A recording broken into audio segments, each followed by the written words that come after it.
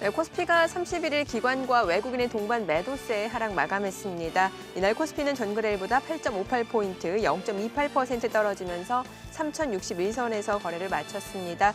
코스닥 지수 역시 전장보다 1.89포인트, 0.2% 하락한 956.17로 마감이 됐습니다. 수급 상황 살펴보겠습니다. 이날 유가증권 시장에서는 기관과 외국인이 각각 3,479억 원, 2,943억 원을 순매도했고요. 이 가운데 연기금은 289억 원 매도 우위를 나타냈습니다. 개인 투자자 6,411억 원어치를 순매수하면서 시장 하단을 지지했습니다. 코스닥 시장에서도 외국인과 기관이 각각 731억 원, 579억 원을 순매도했고요. 개인 투자자 1,484억 원 순매수를 나타냈습니다. 이날 코스피 시가총액 상위권에서는 삼성전자가 0.9% 내림세를 나타냈고요.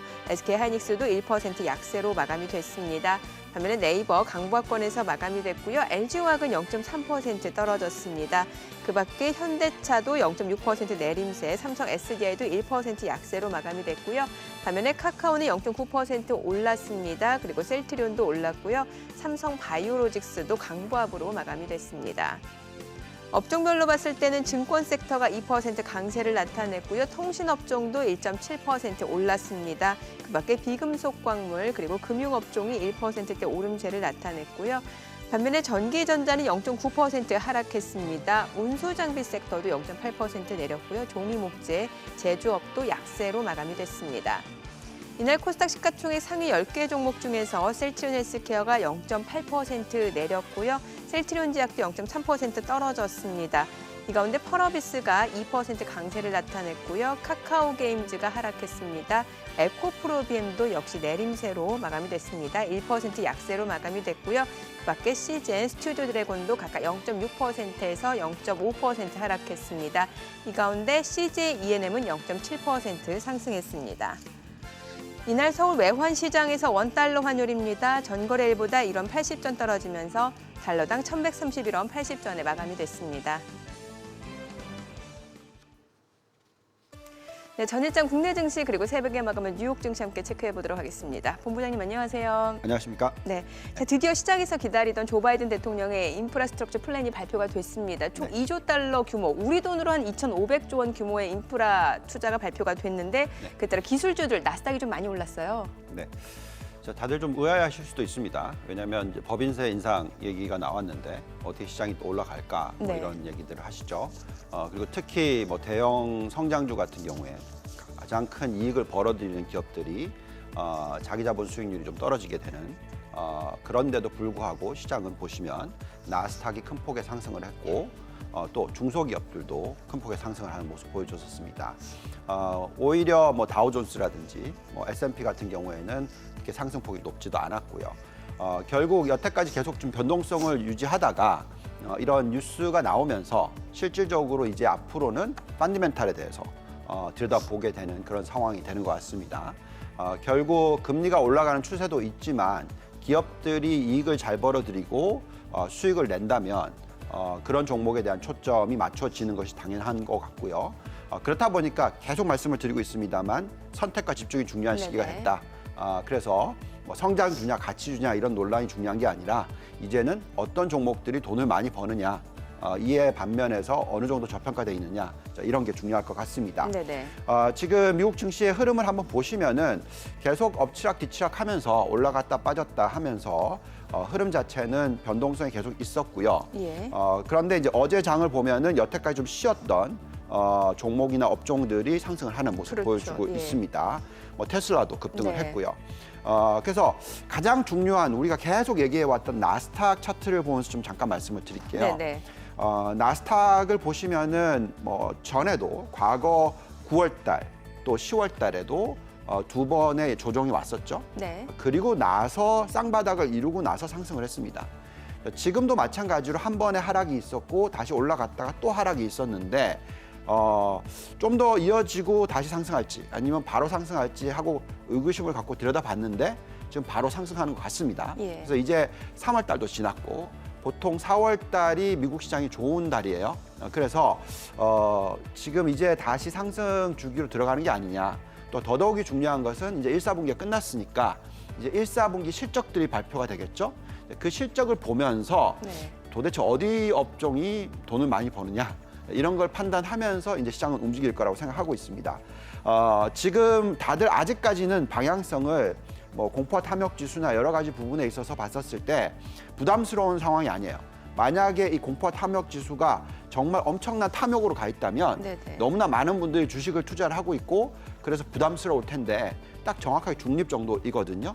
이런 상황에서 기업 실적이 좋게 나와버리면 그런 종목들은 상승하게 되니까 지금부터 실적 발표되는 시기까지 종목 선별, 뭐 분석, 업종 선별, 업종 분석 너무 중요한 것 같습니다. 네, 사실 3월 한 달을 놓고 봤을 때는 이제 나스닥이 좀 주춤하는 모양이었고 다우지수라든지 S&P 그러니까 경기 민감주, 가치주들이 좀 상승세를 나타냈는데 그럼 지금은 이러한 부분에서 약간의 좀 변화가 다시 나타날 수 있다 이렇게 볼 수 있는 건가요? 다시 성장주로 지금 모멘텀이 더 쏠릴 수도 있다라는 건가요? 네.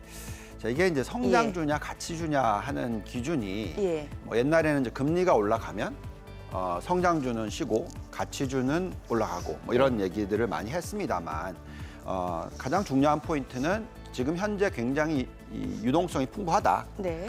유동성이 풍부하면은 결국 성장주든 가치주든 간에 주식시장은 좋다. 네. 그리고 그 주식시장 좋은데 그 안에서 성장주라고 얘기하지만 굉장히 높은 자기자본 수익률을 창출해내는 회사는 오히려 또 가치주로 변해간다. 뭐 예를 들어서 애플 같은 기업은 굉장히 높은 ROE를 보이고 있잖아요. 여기서 굉장히 많은 돈을 또 배당으로 준단 말이죠.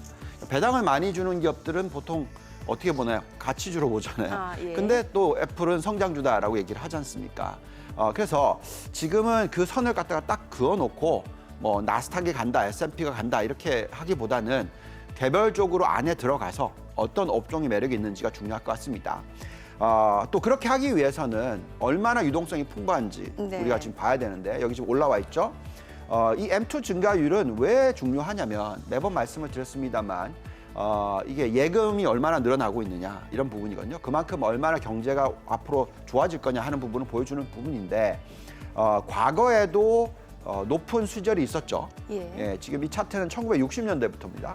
네, 고점에 도달했었던 시기가 겨우 두 자릿수였거든요. 그러니까 뭐 한 10%, 11%, 아주 높았을 때가 한 13%, 14% 이 정도였단 말이죠. 근데 지금 오른쪽 끝을 보시면 네. 27.1%란 말이죠. 그러니까 옛날 고점 대비해서 2배 반, 3배 이런 수준이라는 거죠. 그렇다면 이 정도 풍부한 유동성인데 시장이 앞으로 뭐 대사하락장으로 간다. 이건 말이 안 되는 거고요. 다만 중간중간에 어떤 조정이 있을 수 있고 시기가 좀 필요했다. 네. 그게 지난 한 3개월 정도였다. 그러니까 1월 하순부터 조정을 받기 시작했잖아요. 그래서 벌써 이제 거의 3개월 가까이 되어 갔으니까 이제부터는 시장은 다시 상승할 수 있는 여건 4월에 접어들어서 가능하다라고 보여집니다. 또한 여기 보면 이제 10년 국채 금리가 있는데 예. 다들 많은 분들이 이게 빠르게 올라가니까 시장이 안 좋다라고 계속 얘기를 해왔잖아요. 근데 어제 시장을 보시면 국채 금리는 올라갔어요. 예. 그런데 나스닥이 또 올라가요. 그러니까 또 중소형주도 올라가요. 그러니까 이런 모습을 보이는 건 뭐냐면 금리가 올라가긴 올라가겠지만 아주 많이 올라갈 것 같다라고 생각 드는 건 아니고요. 안정적으로 올라갈 거고 그러면 결국은 기업들이 이 금리보다 훨씬 더 많은 이익을 창출하는 기업에 대해서는 투자하고 싶은 욕구가 생긴다라는 거죠. 네네. 그래서 또 종목 선별이 중요하다는 말씀을 드리겠습니다. 예.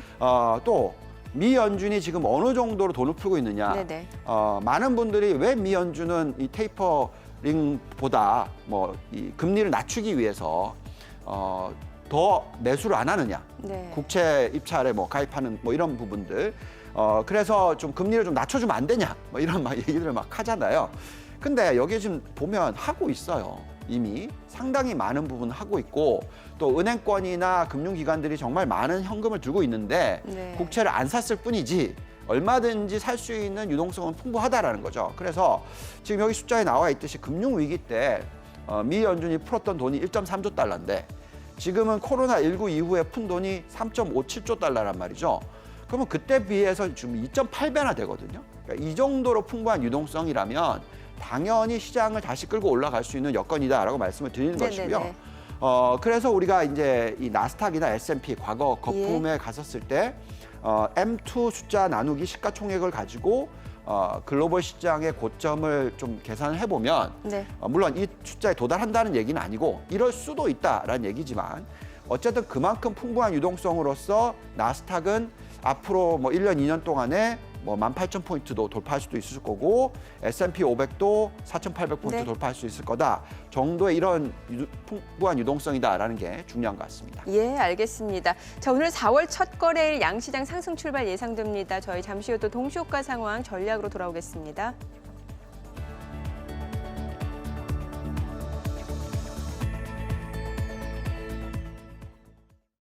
그럼 전문가 연결해서 개장 전 3분 전략 세워보겠습니다. 알파투자 양종혁 수석 전화로 연결돼 있습니다. 수석님 안녕하십니까? 네, 안녕하세요. 네, 간밤 뉴욕 증시가 혼조세로 올해 1분기 거래를 마쳤습니다. 바이든 대통령의 대규모 인프라 투자 발표에 기술주 중심의 나스닥이 상승세를 보이기도 했는데요. 시장에서 큰 관심을 가지고 있었던 이슈인 만큼 오늘장 국내 증시에 어떤 영향을 미칠지 궁금해집니다. 네, 오늘은 이제 4월 첫 개장 날입니다. 1분기가 끝나고 2분기가 시작이 되었는데요. 우선 그동안 뉴욕 증시를 기대해 부풀게 했던 약 2조 달러 규모의 인프라 플랜이 공개가 되었는데 수혜주로 꼽혔던 인프라 관련 종목들의 주가가 오히려 떨어졌습니다. 기술주들이 또 반등에 성공하면서 상승세를 또 보여줬는데 인프라 관련의 수혜를 받을 것으로 판단된 종목들은 그전에 이미 기대감으로 인해서 올랐던 부분이 좀 재료가 소멸되면서 하락해준 것으로 보여지고요. 인프라 투자 확대로 인해서 반도체나 전기차 등 기술주가 혜택을 좀 볼 것으로 보이기도 하기 때문에 그동안 조정을 받았던 기술주들의 상승폭이 좀 컸다고 말씀드릴 수 있겠습니다.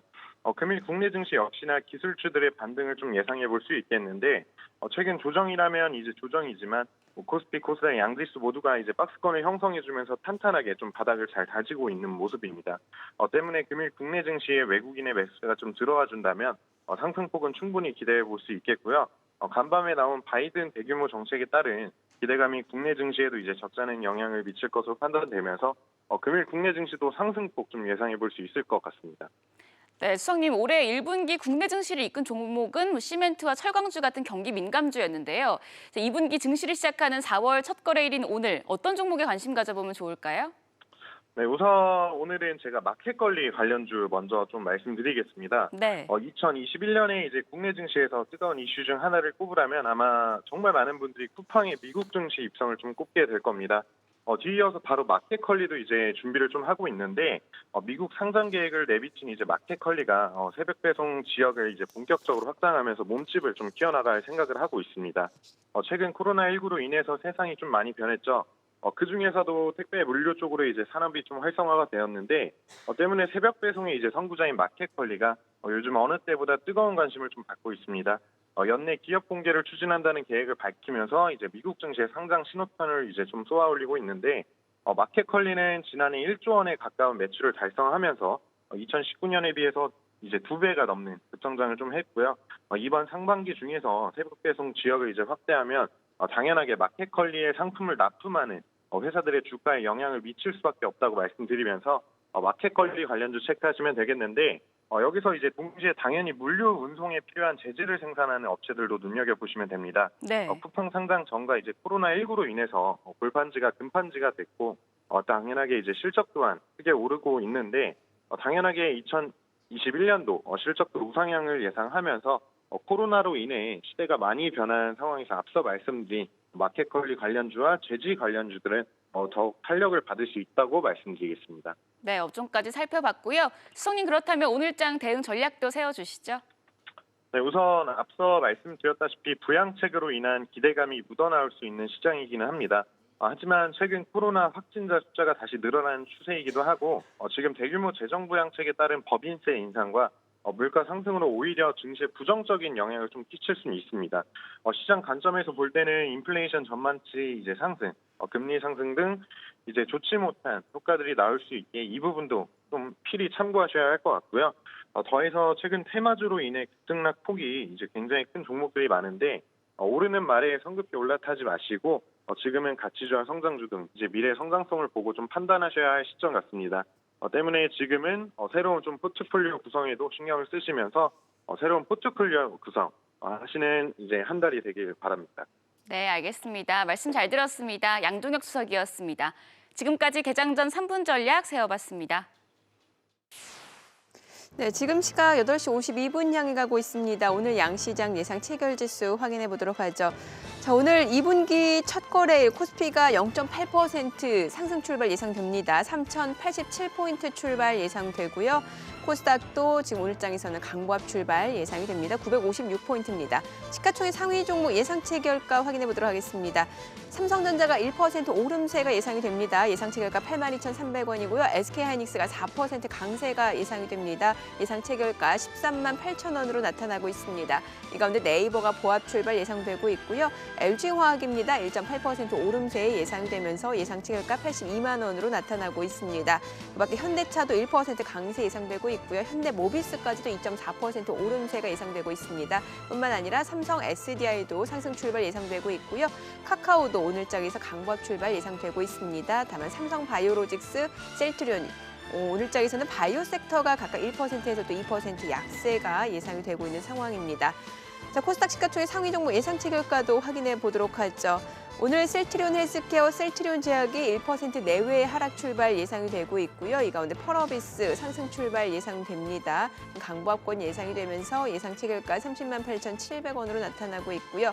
오늘 알테오젠 강세가 예상됩니다. 5%대 지금 급등이 예상이 되면서 예상 체결가 8만 9,700원. 다시 한번 좀 강보합권으로 나타나고 있는 상황이고요. 자, 그밖에 SK 머티리얼즈가 1.4% 상승 출발 예상됩니다. 이 가운데 HLB는 3% 약세가 예상됩니다. 전반적으로 오늘장에서는 제약바이오 섹터가 다소간의 좀 조정이 예상이 되고 있는 상황에서 반도체라든지 2차 전지, 신재생 쪽의 강세가 예상이 됩니다. 대표적으로 또 지금 조 바이든 대통령의 인프라스트럭처 플랜과 관련된 수혜주라고 좀 보시면 될 것 같습니다. 자, 이제 개장까지 한 6분가량 남았는데요. 다시 한번 좀 체크포인트 정리를 해보도록 하죠. 자, 계속해서 시장에서는 미국 10년물 국채금리 추이에 예의주시하고 있는 상황인 것 같습니다. 일단 10년물 국채금리가 올라가고 있음에도 불구하고 기술주도 올라가고 가치주도 올라간다는 건 상당히 좀 의미 있어 보이거든요. 그렇죠. 지금 우리가 결론을 내려야 되는 부분은 예. 금리가 정말 시장에 악영향을 줄 것이냐. 네. 물론 워런 버핏도 그런 얘기를 했지만 금리가 올라가면 높은 금리일수록 주식은 매력이 떨어진다. 이건 맞죠. 근데 중요한 것은 현재 금리가 지금 1.7% 정도 되죠. 이게 사실 높은 금리냐? 이렇게 높은 금리가 아니지 않습니까? 네. 결국 어느 정도까지 올라갈 거냐, 또 얼마의 기간 동안에 이렇게 낮은 금리가 유지될 거냐 하는 부분을 결론을 먼저 내려놓고 그러고 나면 어떤 종목들이 매력이 있는지가 판단이 됩니다. 그래서 우선 오늘 굉장히 중요한 포인트인데 앞으로 추가적으로 금리가 올라가기는 할 텐데 네. 그 속도가 더뎌질 것이고 또 추가로 올라가는 폭은 여기서 아무리 더 많이 올라가 봐야 1%도 안 된다. 예. 그래서 한 2.5% 정도까지 지금 한 1.7인데 그 정도까지가 최고의 상승폭일 것 같다. 예. 장기적으로 봤을 네네. 때. 그렇다면 지금부터는 금리 2.5%를 반영해도 매력이 있는 도대체 종목들이 뭐냐. 이런 것이 중요해지는 시기가 될 겁니다. 예. 왜 제가 금리가 추가적으로 올라가기는 하는데 그렇게 많이 올라가지 않을 거라고 예상을 하느냐면요. 여기 보시면 2008년도가 회색 구간인 저게 이제 경기 침체 구간입니다. 예. 보시면은 경기 침체에 접어들었던 시기가 한 1%대 장단기 금리 차요. 10년 마이너스 2년 국채 금리의 장단기 금리 차입니다. 근데 이제 경기 침체에 빠져나오던 시기에 보시면은 2.7%까지 올라가요.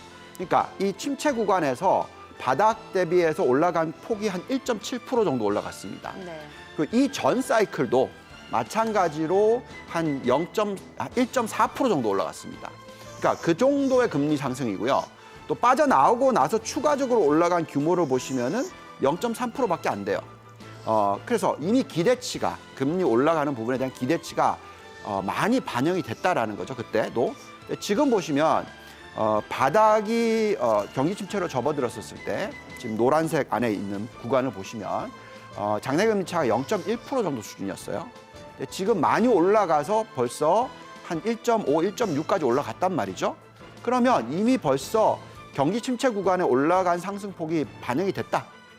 추가적으로 더 올라봤자 여기서 한 0.1, 많이 올라봤자 한 0.2 정도 더 올라간다. 근데 경기 침체에서 빠져나오는 시기가 언제냐? 이번 달부터일 겁니다. 그래요. 그러니까 결국은 이제 여기서부터 추가적으로 더 올라간다 하더라도 한 0.3% 더 올라간다. 결국 지금 1.7%에서 많이 올라야 2%에서 2.5% 사이라는 거죠. 또 이걸 옛날 역사로 생각을 해보면 옛날 히스토리는 1940년대 네네. 이때도 굉장히 정부 부채 비율이 높아졌고 이때도 경기 부양책을 적극적으로 썼고 이때도 금리가 많이 내려와서 2%대였는데 자그마치 10년 넘는 기간 동안에 2에서 2.5% 사이에 계속 유지가 됐습니다. 왜? 높은 부채 비율이면 금리가 낮게 유지가 돼야지 그만큼 부담이 적거든요. 그래서 앞으로 저희가 예상하는 거는 상당히 긴 기간 동안 네. 금리가 2%, 2.5%가 고점일 수준일 거다라고 생각하는 것이고요. 그렇다면 미국의 미래 인플레이션 예상 수치가 굉장히 중요한데 저 숫자가 지금 현재 2.11% 정도 되는데요. 저 숫자가 3% 근처에 가야지 실질적으로 금리를 올릴 거다. 그러면 아직까지는 저 숫자가 빠르게 올라가고 있지 않기 때문에 예. 인플레이션에 대한 부담이 그렇게 높지 않다. 그럼 미 연준은 금리를 안 건드린다라는 거죠. 그렇다면 지금은 주식을 갖다가 다시 들여다봐야 되는 타이밍이다라는 말씀을 해드리고요. 또 더 중요한 포인트는 지금 현재의 실질금리. 네. 과거에 시장의 고점이 형성됐던 시기를 보시면 실질금리가 2% 수준 이상일 때예요. 보시면 뭐 2000년도도 그렇고 2008년도도 그렇고 그렇죠? 또 2018년에 일시적으로 고점을 찍었었을 때도 예. 보시면은 실질금리가 1%대 초반까지 올라갔단 말이죠. 그래서 결국은 실질금리가 높아져야지 주식의 매력도가 떨어지는 겁니다. 그런데 지금 현재의 실질금리가 얼마냐? 네. 예, 마이너스 1%라는 거죠. 아. 역대 지금 제일 낮은 수준에 계속 유지가 되고 있다. 예. 자, 그렇다라는 것은 그만큼 주식에 대한 매력도가 높다라는 것이고요. 그렇기 때문에 아직까지는 주식에 대해서 투자를 늘리셔야 된다라는 말씀을 드리겠고 정말 부담스러운 타이밍은 근원 인플레이션이 예. 실질적인 이 인플레이션 숫자가 2% 이상, 2.3%까지 올라가면 그때부터 걱정하셔도 된다. 근데 지금 현재 시점은 1.3%밖에 안 된다. 그래서 이런 요소들을 생각했었을 때 아직 시장은 이제 다시 또 상승하는 예. 주기가 조만간 시작될 거다라고 생각하는데 뭐 이미 시작됐을 수도 있습니다만 예. 어쨌든 지켜봐야 될 것 같습니다. 간밤에 S&P 500이 장중 또 최고치를 기록하기도 했거든요. 밸류에이션으로 봤을 때는 상승 여력이 얼마나 더 있을까요? 네. 자, 우리가 이제 PE 멀티플이라고 예. 해서 PER이라고 하죠. 이 숫자가 너무 높다 그러면서 이제 시장을 좀 끌어내렸단 말이죠. 예. 그런데 여기에 이제 너무 높다고 얘기할 수 있는 부분은 만약에 금리가 예. 높이 올라가면 그럴 수 있어요. 왜냐하면 과거 역대 히스토리, 그러니까 역사적으로 보면 지난 10년 평균 PER이 한 16배가 안 돼요. 네. 그리고 지난 5년 평균 PER이 한 18배가 안 됩니다. 근데 지금 현재 여기 보시면 이제 PER이 22배 정도 나오잖아요. 예. 원 이어 포워드, 그러니까 미래로 보면은 얼마가 나오냐면 한 21배 정도 나옵니다. 그러면 저희가 이 상승 여력에 대해서는 또 개장하고 좀 구체적으로 알아보도록 하겠습니다. 자, 오늘 이제 2분기 첫 거래일 개장을 앞두고 있습니다. 어떤 흐름을 나타낼지 개장해 보겠습니다.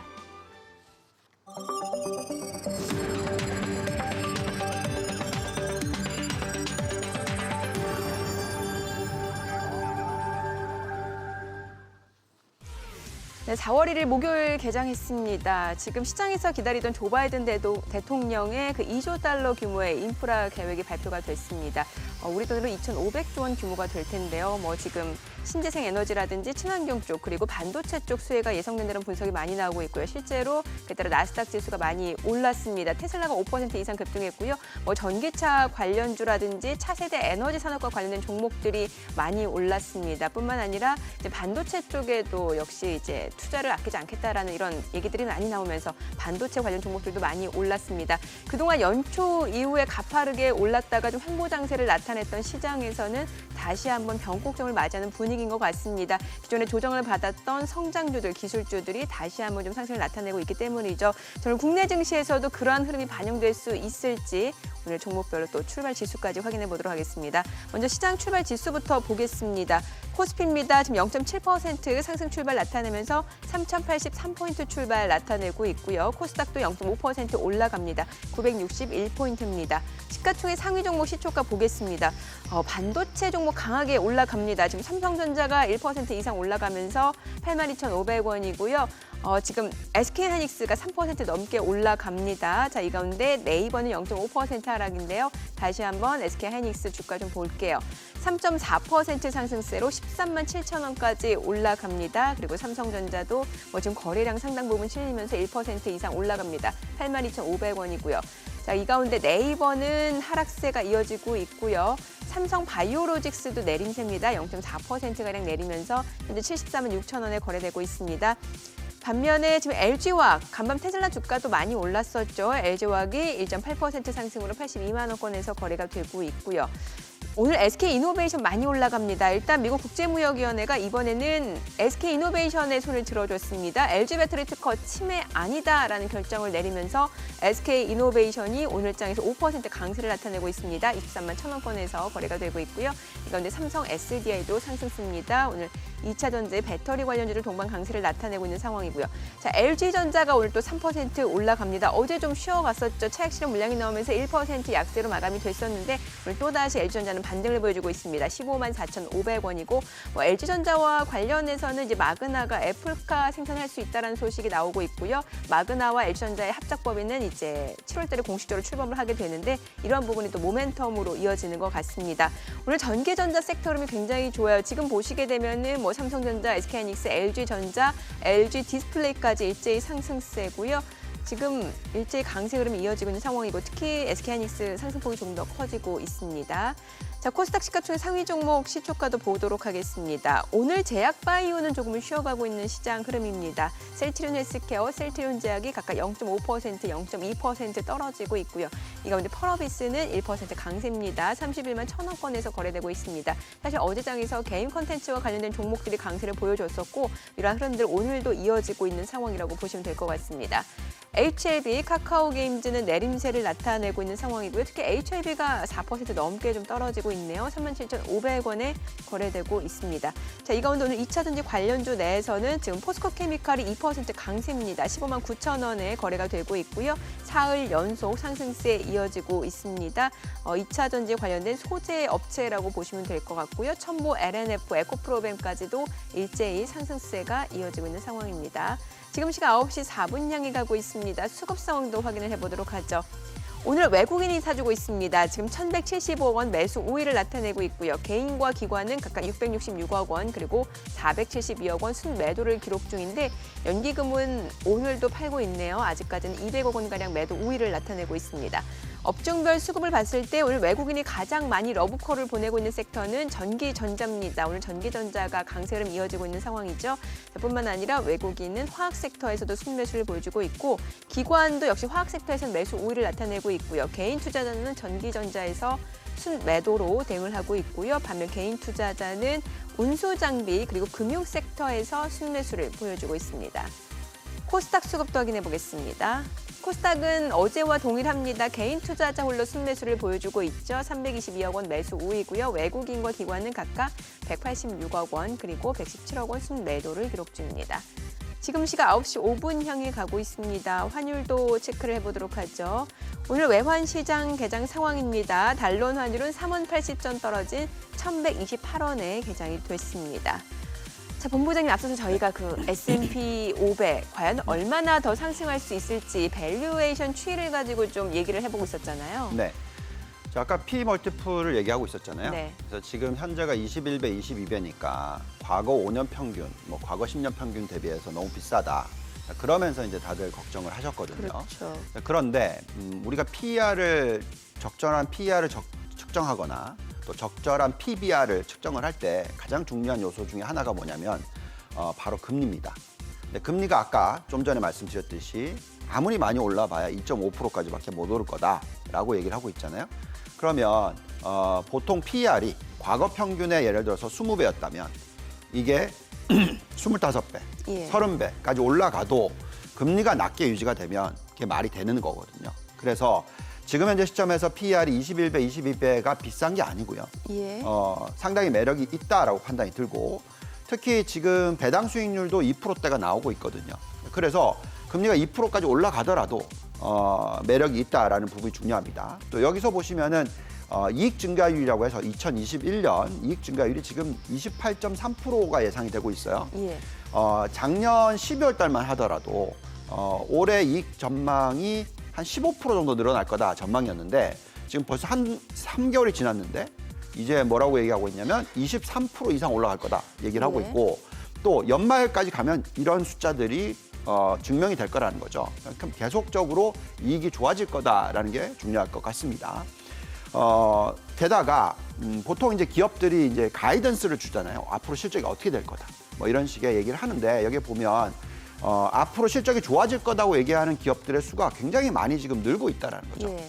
그만큼 경기가 좋다라는 부분이 되겠고 이 S&P 500 안에서의 기업들입니다.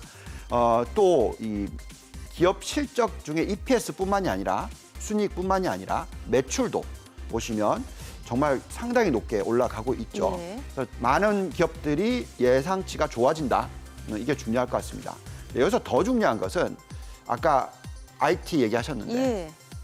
정말 좋아요. IT가. 오늘 흐름이 네. 좋아요. 네, 보시면 미국의 S&P 중에서 IT 업종, 전기전자 업종에 대한 가이던스 좋게 주고 있는 기업들의 수가 정말 높게 계속 유지가 되고 있다라는 거고요. 매출은 뭐 어마무지하게 뭐 다들 지금 가이던스가 좋습니다. 그래서 또 이 자금 흐름도 놓고 보면 상당히 많은 돈이 계속 흘러 들어갔어요. 주식시장에.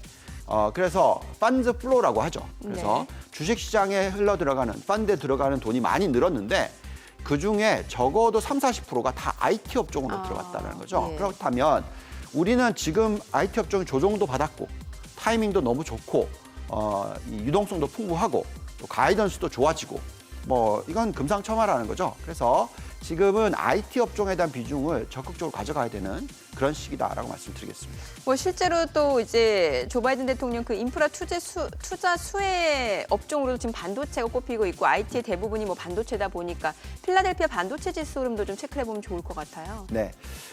제가 이번 주에 투자 레터나 뭐 제 유튜브 방송을 할 때 계속 초점을 맞추고 있는 쪽이 예. 이제 반도체 황금 시대다 뭐 이런 얘기까지 하고 있습니다. 그만큼 제가 좀 너무 반도체에 대해 세게 밀고 있는 것 네네. 같은데 지금 이 필라델피아 반도체 지수를 한번 보시면은요. 아직까지는 계속 추세적인 상승에 있다라고 보여집니다. 이게 주봉인데요. 이게 파란색 선이 지난 한 몇 주 일어났었죠. 그렇지만 이 21선을 뚫고 내려가지 않았고요. 다시 반등을 하는 모습 보여주고 있고 어제 또 뭐 큰 폭으로 3% 가까이, 2.5% 가까이 급등을 하는 모습 보여주고 있습니다. 또 일봉으로 보더라도 과거에도 마찬가지로 쌍바닥을 만들고 9월 달과 10월 달에 네. 그리고 나서 큰 폭으로 상승을 했고요. 또 최근에 지금 쌍바닥을 만들고 다시 재상승을 시도하고 있다라고 판단이 듭니다. 게다가 우리가 이제 대표적인 ETF들이 있잖아요. 예. 미국에 상장돼 있는 반도체 대표 ETF가 있습니다. 가장 큰 게 SMH와 SOXX, SOX라는 두 개의 ETF가 있는데 저희가 이제 적정 가치를 잔존 가치 모델로 좀 돌려보니까 정말 최악의 시나리오로 봐도 아직까지는 35% 이상 상승을 해야 되는 SMH가. 그런데 베스트 케이스로 보면 세 자릿수 상승을 해야 되는 뭐 이런 숫자가 나옵니다. SMH도 그렇고요. 또 속스도 보시면은 마찬가지로 35%, 뭐 107% 이런 숫자가 나오니까 아직까지 이 업종에 대한 매력도는 정말 높다라고 판단을 하고 있습니다.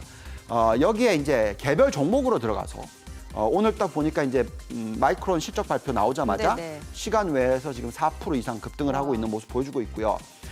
여기에 이제 반도체 대표적인 종목들을 우리가 이제 어떻게 하냐면 정말 많은 기업들을 다 모델에 넣고 예. 돌려보면 상대적으로 얼마나 오를 수 있는 여력이 있는지를 쭉 뽑아왔는데 네. 정말 많은 기업들이 반도체 회사라는 거죠. 상승 여력이 높은 기업들이. 예. 그래서 쭉 뽑아보니까 뭐 퀄컴, AMD, KLA, 램리서치, SK하이닉스, 삼성전자, 에이스 테크놀로지, 어플라이 머티리얼스, 테라다임, 마이크론, 원익 IPS, 테스 뭐 등등 예. 쭉 보시면 평균적으로 이 바텀업으로 들여다보는 상승 여력도 세 자릿수가 나온다. 이럴 때는 우리는 반도체에 대한 투자 비중을 적어도 전체 글로벌 투자 포트폴리오의 25% 이상은 들고 가야 된다라고 말씀을 드리고 있습니다. 자, 그런데 한 가지 중요한 부분은 한국 투자자들은 그냥 삼성전자나 SK하이닉스나 뭐 원익 IPS만 사고 말잖아요. 예. 자, 이렇게 되면은 어떤 현상이 일어나냐면 너무 반도체 안에서 메모리 쪽만 투자하게 됩니다. 아, 그럼 비메모리 쪽도 비메모리도 투자를 중요하고 반도체 장비도 중요하고 정말 다양한 수준의 지금 보면 이 바이든 대통령이 발표한 내용을 보더라도 예. 또 보시면 이제 자동차에 들어가는 또 반도체는 좀 틀려요. 예. 예, 메모리보다는 좀 틀립니다. 그래서 여러 가지 부분을 놓고 봤었을 때 우리는 지금 전체적인 반도체 업종 전체를 들여다봐야 되고 이제 제조업에서 반도체가 차지하는 비용 자체가 상당히 커질 거다. 네. 예, 그게 뭐 메모리든 비메모리든 여러 가지 부분을 놓고 봤을 때 그래서 제대로 포트폴리오 구성하셔야 된다라는 말씀을 드립니다. 그래서 삼성전자와 SK하이닉스만 사시지 마시고 여기에 있는 이 SMH라든지 속스 같은 이런 ETF도 사셔야 된다라고 말씀을 드리는데 또 그러면 한국 회사를 안 사고 네. SMH나 속스만 또 사면 뭐가 문제가 되냐면 예. 이쪽에는 또 메모리가 너무 없어요. 아, 그래요. 예, 그래서 이걸 두 개를 다 가져가야 되는 예. 그런 현상이 나옵니다. 보시면 SMH의 구성을 보시면 그 삼성전자, SK하이닉스가 없어요. 아, 그러니까 삼성전자, SK하이닉스도 사면서 이런 또 ETF까지 같이 사주는 게 좋다. 그게 가장 좋은 포트폴리오 구성이고요. 예. SMH도 마찬가지고 보시면 속스도 마찬가지고 삼성전자와 SK하이닉스가 없습니다. 예. 그래서 자, 이럴 때는 저희가 보는 가장 좋은 포트폴리오는 이런 ETF를 한 7, 80% 사고 네. 나머지 한 20, 30%를 삼성전자와 SK하이닉스를 사시면 아주 적절한 이 반도체 투자 포트폴리오가 만들어지지 않을까라는 생각을 가져봅니다. 네. 자, 그리고 이제 환율 뭐 달러 인덱스 추이 좀 여쭤보고 싶은 게 사실 연초 이후에 조금씩 달러 강세 흐름이 좀 나타나는 것 같아요. 달러 인덱스도 조금씩 올라가고 물론 오늘 장에서는 좀 달러 원 환율이 하락 출발을 나타내고 있는데 이 부분도 사실 뭐 외국인 자금하고 연계가 되기 때문에 좀 체크를 해봐야 될 것 같아요. 네. 자, 달러 인덱스가 중요하죠. 예. 뭐 과거에 항상 달러 인덱스가 강세를 가는데 신흥국 시장이 올라간 적은 없습니다. 그렇죠. 거의. 네, 그래서 달러가 어느 정도 좀 안정을 찾아주기를 바라는 게 중요하고요. 그런데 다행스럽게도 과거의 밴드로 보면은 달러가 100까지도 올라가야 되는데 예. 뭐 최근 들어서의 흐름은 93 이상 올라가니까 조금 이제 부담스러워하는 것 같은 모습이에요. 그만큼 또 부양책을 많이 펴고 있으니까 그렇죠. 그만큼 또 부채 비율이 빠르게 올라가고 있으니까 달러가 초강세로 가기는 좀 부담스럽다. 아. 그래서 이제 앞으로 안정을 찾을 거다라고 네. 생각이 듭니다. 자, 그렇다면 환율로 보지 말고 예. 결국은 이제 신흥국에 있어서도 또 어떤 신흥국에 투자를 해야 되느냐가 중요하지 않습니까? 네, 아까 계속 말씀을 드리고 있지만 반도체가 지금 너무 좋아 보인다. 네. 그러면 반도체가 좋아 보이고 달러도 안정을 찾으면 도대체 어느 나라에 투자를 해야 될까? 신흥국 우리나라고 중에서. 대만이겠네요. 그렇죠. 예. 네. 그래서 지금은 한국 코스피와 대만 가권지수 네. 이 두 개를 빼고는 투자가 잘 안 된다. 신흥국 투자는. 그래서 이런 쪽에 초점을 맞춰야 된다고 말씀을 드립니다. 그래서 우리가 또 잔존 가치 모델을 좀 돌려봤어요. 코스피의 적정 가치를 이거는 이제 유한타 증권의 오피셜한 게 아니고요. 예. 저희가 그냥 돌려보는 모델상의 네네네. 숫자입니다. 보시면은 최악의 시나리오를 잡더라도 코스피의 적정 가치가 한 3,500포인트는 나와요. 그러니까 지금보다 한 15% 정도 상승하는 정도. 예. 그래서 올해 연말까지 3,500포인트는 한번 보지 않을까라는 생각이 들고요. 코스피를 정말 좋게 보면 네. 4,000포인트 이상도 나옵니다. 그래서 베리언스가 높지만 어쨌든 지금은 한국 시장에 대해서 초점을 맞추셔야 되고요. 마찬가지로 대만 가권 지수도 한번 보시면은 TWSE가 비슷하게 예. 한 15% 정도의 상승 여력이 나오고요. 18,800포인트 정도. 네. 정말 높게 보면 30% 정도. 네. 21,100포인트 이상. 이 정도로 나옵니다. 그래서 이 두 개 국가의 매력도가 정말 높다라고 나오고요. 지금 여기 보시면 이제 신흥국의 모든 신흥국을 다 집어넣고 잔존 가치 모델상 상승 여력 매력도를 점검을 해보면 예. 여기 나와 있듯이 1등, 2등이 한국, 우리나라. 대만, 아, 그러네요. 코스피와 과권지수 이렇게 나오고요. 3등이 베트남, 네. 4등이 심천, 중국 네. 예, 이렇게 올라옵니다. 그래서 아마도 이제는 외국인들이 더 이상은 안 팔 것 같다. 적어도 예. 앞으로는 이제 순매수나 아니면 적어도 팔지는 않을 것 같다. 그러면 수급적인 차원에서도 신흥국 투자에 있어서 한국 또 대만이 매력이 있을 것 같다라는 생각이 듭니다. 오늘 외국인이 사주는 것도 그럼 상당히 의미 있는 포인트라고 볼 수 있겠네요. 네, 그렇습니다. 예, 예. 자, 그러면은 지금 저희가 신흥국의 매력도에 대해서 짚어봤을 때 코스피 대만 가권지수 굉장히 매력적이다라는 말씀을 드렸고 네. 그러면은 여기에서 이제 선진국 같은 경우는 의견이 좀 분분해요. 특히 미국 나스닥에 대해서는요. 네. 근데 워낙 이제 뭐 나스닥에 대해서는 그래도 아직 갈 길이 더 남아 있다라고 보시니까 이 선진국에서의 상대적 매력도도 좀 점검을 해볼게요. 네. 지금 지난 4, 4분기부터 네. 이제 우리가 어떤 식의 얘기를 해드렸냐면 나스닥에 대해서 좋게 보는데 예. 나스닥 100을 좀 더 좋게 보고 네. 그렇지만 중소형주에 대한 투자를 많이 말씀을 드렸죠. 제가 처음으로 중소형 가치주의 투자를 적극적으로 해야 된다고 얘기했던 때가 9월 초 정도였던 것 같습니다. 러셀 2000, 러셀 예. 2000 가치주 IWN 정도입니다. 봤더니 지난 6개월 동안 얼마나 올랐는지 봤더니 60%나 올랐더라고요. 많이 올랐네요. 예, 그래서 지금 최근에 다시 러셀 2000을 돌려보니까 그 상승 여력이 좀 많이 떨어졌습니다. 지금 한 15%대로 줄었습니다. 그래서 러셀 2000보다는 요즘에 다시 나스닥 100 기업에 대해서 계속 얘기를 하고 있고 또 어제 보면 나스닥 100이 많이 올랐죠. 그럼 러셀 2000을 갖고 계신 분들은 약간 차익 실현을 좀 지금 제가 뭐라고 말씀드렸냐면 처음에 시작할 때는 한 10%, 예. 지금은 거의 20, 30%까지 늘리라고 말씀드렸는데 이걸 또 다시 한 10%대 정도로 예. 좀 줄이시고 러셀 2000은, 예. 나스닥 100을 사셔도 되고요. 예. 그다음에 이제 바이든 대통령이 발표한 내용을 보고 판단하면 인프라 네. 관련된 또는 아니면 뭐 필수 소비 관련된 이런 쪽에 대한 관심을 가지셔야 되는 타이밍이 만들어지고 있다. 좀 더 선택과 집중이 필요한 시기. 뭐 중소형주 투자는 뭐 모든 걸 다 투자하는 거잖아요. 예. 그게 아니라 이제는 업종으로 좀 더 세분화시켜서 투자해야 된다 말씀을 드리고 있고요. 또 그 이외에도 전에 나와서 말씀드렸는데 유럽이 참 좋아 보인다라고 말씀드렸잖아요. 예. 그래서 유럽 쪽 투자 비중을 신흥국에서 죄송합니다. 선진국에서 한 10% 정도 전체의 100 중에서 한 10% 정도는 유럽 쪽의 투자도 적절하다. 그래서 미국에 대해서 한 60%, 네. 그다음에 선진국 유럽에 중에서. 대해서 10%, 그래서 예. 전체의 선진국 비중을 70% 정도 가져가고 신흥국 비중이 30%. 예. 근데 그 중에서 대만과 한국을 20%, 그러니까 네. 3분의 2를 네. 30% 중에서 20%를 대만과 한국을 가져가고 나머지 남은 10% 정도를 베트남, 중국 네. 심천 뭐 이런 쪽에 투자를 하라라고 말씀을 드리고 있습니다. 그 신재생 에너지 sek터 좀 여쭤볼게요. 사실 미국 쪽에서는 그 차세대 에너지 산업 주가가 많이 올랐는데 그 우리나라에서 보면은 이제 하나솔루션이라든지 아니면 뭐 OCI, 태양광 쪽 약간 좀 주가가 오르다가 좀 주춤하고 이런 상황인데 괜찮은 건가요? 네. 자, 이 성장 산업은요. 예. 워낙 갈 길이 멀다 보니까 중간중간에 누가 1등을 할지 잘 몰라요. 예.